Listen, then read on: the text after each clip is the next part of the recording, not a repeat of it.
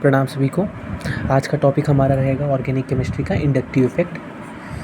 कृपया करके मेरे हैंडराइटिंग पे कोई दिक्कत होगी आपको तो उसे प्लीज़ माफ़ करिएगा। हमको टॉपिक से मतलब है हैंडराइटिंग या तेल लेने। हम पहले आपको ये बताना चाहेंगे कि इंडक्टिव इफ़ेक्ट बहुत इंपॉर्टेंट टॉपिक है ऑर्गेनिक केमिस्ट्री का। इसके बिना आपसे क्वेश्चन हो ही नहीं पाएगा। आप कुछ भी कर लेंगे, आपसे वो क्वेश्चन नहीं होगा अगर आपको इंडक्टिव इफ़ेक्ट नहीं आता, क्योंकि इसके क्वेश्चंस आपके आँख के आगे से चले जाएंगे और आप इंडक्टिव इफ़ेक्ट नहीं लगा पाए तो आप रिएजेंट तो दूर की बात है, रिएजेंट आप कितना भी याद कर लोगे कि कैसे टूटता, कैसे जुड़ता, कैसे जोड़ेगा, सब्स्टिट्यूशन होगा, एलिमिनेशन होगा, इंडक्टिव इफ़ेक्ट नहीं आया तो खेल ख़त्म। आपने सब कुछ उल्टा कर देना है। ठीक है, इंडक्टिव इफ़ेक्ट सीखते हैं। मैं इंडक्टिव इफ़ेक्ट पढ़ाने से पहले ये सोच रहा हूँ कि आपको पोलर और नॉन पोलर बॉन्ड आता है। मैं ये मान के चल रहा हूँ कि आपको पोलर बॉन्ड और नॉन पोलर बॉन्ड आता है। अगर नहीं आता है तो मैं तुरंत बता दे रहा हूँ। पोलर बॉन्ड क्या होते हैं? जिनमें इलेक्ट्रोनेगेटिविटी डिफरेंस आती है तो वो पोलर बॉन्ड होते हैं। जैसे HCl, hydrogen being less electronegative, chlorine being more electronegativity, electron खींच देगा, इस पर पार्शियल पॉजिटिव, इस पर पार्शियल नेगेटिव बॉन्ड क्रिएट कर देगा और ये पोलर हो जाएगा। और H2 दोनों की इलेक्ट्रोनेगेटिविटी सेम है तो इनमें ना पार्शियल पॉजिटिव ना पार्शियल नेगेटिव, ऐसा कोई कंसेप्ट ही नहीं आता। तो ये नॉन पोलर, बस यही होता है पोलर और नॉन पोलर बॉन्ड। अब देखिए जैसे A और B है, ठीक है। A की इलेक्ट्रोनेगेटिविटी मान के चलते हैं कि कम है और B की मान के चलते हैं ज़्यादा है। तो इलेक्ट्रोनेगेटिविटी ज़्यादा रहेगी तो इलेक्ट्रॉन खींचता है, तो इसने A की तरफ से इलेक्ट्रॉन खींच के इस पर पॉजिटिव चार्ज क्रिएट कर दिया और B खुद पार्शियल नेगेटिव हो गया क्योंकि उसके पास इलेक्ट्रॉन ज़्यादा आ गया। इलेक्ट्रॉन बढ़ जाता है तो पार्शियल नेगेटिव बोलते हैं, इलेक्ट्रॉन घट जाता है अगर किसी के पास से तो पार्शियल पॉजिटिव डाल देते हैं या पॉजिटिव चार्ज ही डाल देते हैं उसमें।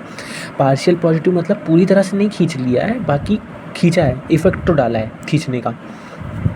इसने इलेक्ट्रॉन खींच के, बी ने इलेक्ट्रॉन खींच के अपने आप को स्टेबल करने की कोशिश की। स्टेबल मतलब नोबल गैस कॉन्फ़िगरेशन लाने की कोशिश की है ताकि वो खुद स्टेबल हो जाए। अब इंडक्टिव इफेक्ट में आते हैं हम।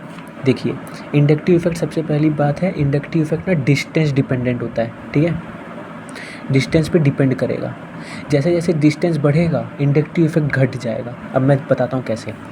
मान के चलिए ये X जो है इलेक्ट्रॉन विड्रॉइंग ग्रुप है, ठीक।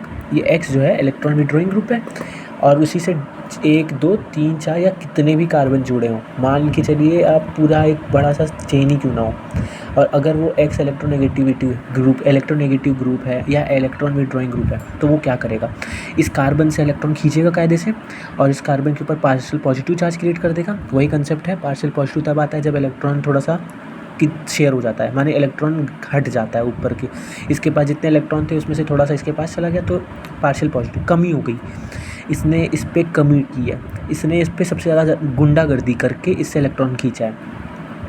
मान के चलिए ये गुंडा है X, इसने इस कार्बन से गुंडाई करके इलेक्ट्रॉन खींच लिया। मतलब मैं समझाने का तरीका बता रहा हूँ, आपको समझ में आना चाहिए, बाकी आप लिखेंगे अपने टेक्स्ट बुक जो भी आप पढ़ेंगे जहाँ से डेफिनेशंस वहाँ से।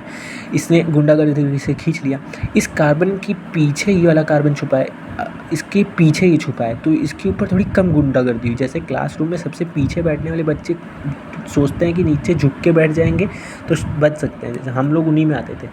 तो हम लोग क्या करते थे, छुपने की कोशिश करते थे, आगे वाला इफेक्ट होता था, हम लोग बचने की कोशिश करते थे तो थोड़ा बच भी जाते थे।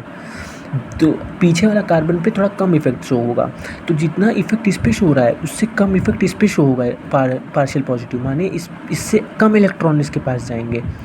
अब ये कैसे गया, अब कार्बन पे जब पार्शियल पॉजिटिव आ जाएगा तो ये तो अनस्टेबल हो गया, ऐसे तो रह नहीं जाएगा। तो अब ये कार्बन इलेक्ट्रॉन इससे खींचेगा, लेकिन इतना इलेक्ट्रोनेगेटिव थोड़ी ना है। अब आप बोलेंगे कि H और H तो इलेक्ट्रोनेगेटिविटी होती ही नहीं है इनमें, तो कैसे।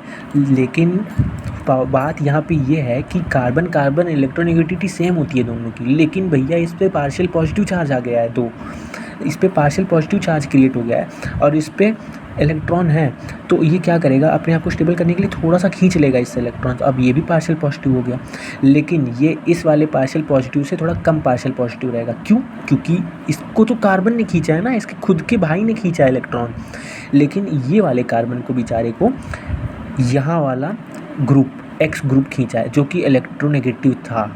ये तो गुंडा था, गुंडे ने इलेक्ट्रॉन कार्बन से खींचा, कार्बन ने इलेक्ट्रॉन अपने छोटे भाई से खींचा, छोटे भाई ने और छोटे भाई से खींचा, तो ये और कम इलेक्ट्रोनेगेटिव और कम पार्शियल पॉजिटिव चार्ज शो करेगा। ऐसे ही ट्रेंड फॉलो होता था एकदम तो आपको ये समझ में आ गया ना कि डिस्टेंस डिपेंडेंट हो रहा है, जितना दूर जाएगा कार्बन उसके ऊपर उतना कम इंडक्टिव था। अब हमने जो एग्जांपल अभी ये देखा है ना, इसका ये एग्जांपल था माइनस आई इफेक्ट का। माइनस आई, डिस्टेंस बढ़ेगा इंडक्टिविटी घटेगी, डिस्टेंस बढ़ा इंडक्टिव इफेक्ट घटा, इंडक्टिव इफेक्ट घटा। अब आप ये याद कर लीजिए, इलेक्ट्रॉन विड्रॉइंग ग्रुप हमेशा माइनस आई इफेक्ट शो करता है और electron donating group plus I effect show करता है। NH, अभी ऑर्डर मैं आपको दिखा रहा हूँ, इसको आप स्क्रीनशॉट ले लीजिए और ये बहुत इंपॉर्टेंट ऑर्डर है, इसको आप रोज़ याद कर लीजिए, 4 दिन कर लेंगे, 5 दिन ना आपको ये जुबान पे बैठ जाएगा। अब मैं इसको इंक्रीजिंग ऑर्डर से डिक्रीजिंग ऑर्डर तक लेके गया हूँ। माइनस आई इफेक्ट का है ये। NH3 NO2 CN CF3 fluorine CCl3 chlorine bromine iodine OH NH2O R और pH, R यहाँ पे एल्काइल है, ठीक है। ये ऑर्डर है आपका माइनस आई इफेक्ट शो करने का। माइनस आई मतलब इलेक्ट्रॉन विड्रॉइंग ग्रुप। आज के बाद आपको कहीं भी ये दिख जाएंगे तो इतना जानिएगा कि ये इलेक्ट्रॉन खींचने की कोशिश करेगा, हमेशा इलेक्ट्रॉन खींचने की कोशिश करेगा। मान लीजिए ये ऐसे NO2 है, इतना जान जाइएगा ये इलेक्ट्रॉन खींचने की कोशिश करेगा। इस कंपाउंड से, इस बेंजीन रिंग से ये इलेक्ट्रॉन खींचेगा क्योंकि ये सबसे आगे आ रहा है, मतलब सेकंड पोजीशन पे तो है, लेकिन इलेक्ट्रॉन विड्रॉइंग ग्रुप में गुंडा, बड़ा वाला गुंडा ये भी है, ठीक है। अच्छा खासा पावर रखता है इलेक्ट्रॉन खींचने की। आइए अब हम लोग और आगे चलते हैं। हम जानते हैं एसिडिटी का मतलब क्या होता है। एसिडिटी मतलब होता है इलेक्ट्रॉन लेना और बेसिसिटी का मतलब होता है इलेक्ट्रॉन देना। एसिडिटी इलेक्ट्रॉन लेना और माइनस आई का मतलब भी इलेक्ट्रॉन लेना, दोनों प्रोपोर्शनल हो गए ना। एसिडिटी इज डायरेक्टली प्रोपोर्शनल, जितना ज़्यादा इलेक्ट्रॉन विड्रॉइंग ग्रुप की इफेक्ट शो करेगी माइनस आई इफेक्ट, उतना ज़्यादा एसिडिटी रहेगी। माइनस आई इफेक्ट बढ़ेगा, एसिडिटी बढ़ेगा। जैसे Br पे अगर कोई कंपाउंड में Br है और कोई कंपाउंड में NO2 जुड़ा है, तो जहाँ Br जुड़ा है वहाँ पे उसकी एसिडिटी कम और यहाँ पे इसकी एसिडिटी ज़्यादा, क्योंकि NO2 ख़तरनाक तरीके से इलेक्ट्रॉन विड्रॉ कर रहा है और उसको मतलब थोड़ा सा उस कंपाउंड को कह सकता हूँ कि इलेक्ट्रॉन डेफिशिएंट कर दे रहा है। अब इलेक्ट्रॉन डेफिशिएंट होगा तो इलेक्ट्रॉन लेने की कोशिश करेगा वो कंपाउंड, और एसिडिटी का भी मतलब तो इलेक्ट्रॉन लेना होता है, तो वही है acidity is directly proportional to minus I effect. अब आते हैं प्लस आई इफेक्ट पे। प्लस आई इफेक्ट वही है, सब कुछ कंसेप्ट सेम था, लेकिन यहाँ पे इलेक्ट्रॉन डोनेटिंग ग्रुप लगेगा। इलेक्ट्रॉन खींचना इलेक्ट्रॉन विड्रॉइंग ग्रुप कहलाता है, इलेक्ट्रॉन को देना इलेक्ट्रॉन डोनेटिंग ग्रुप कहलाता है।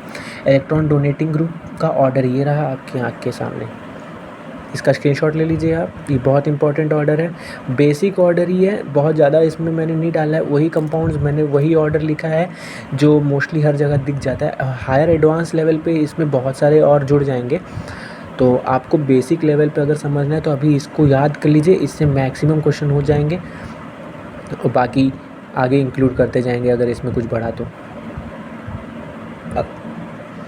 अब देखते हैं, अभी हम लोग पूरा जो माइनस आई और प्लस आई इफेक्ट देखे हैं वो आप इतना जान जाइए कि आपके मैक्सिमम क्वेश्चन सॉल्व करने का यही ऑर्डर है।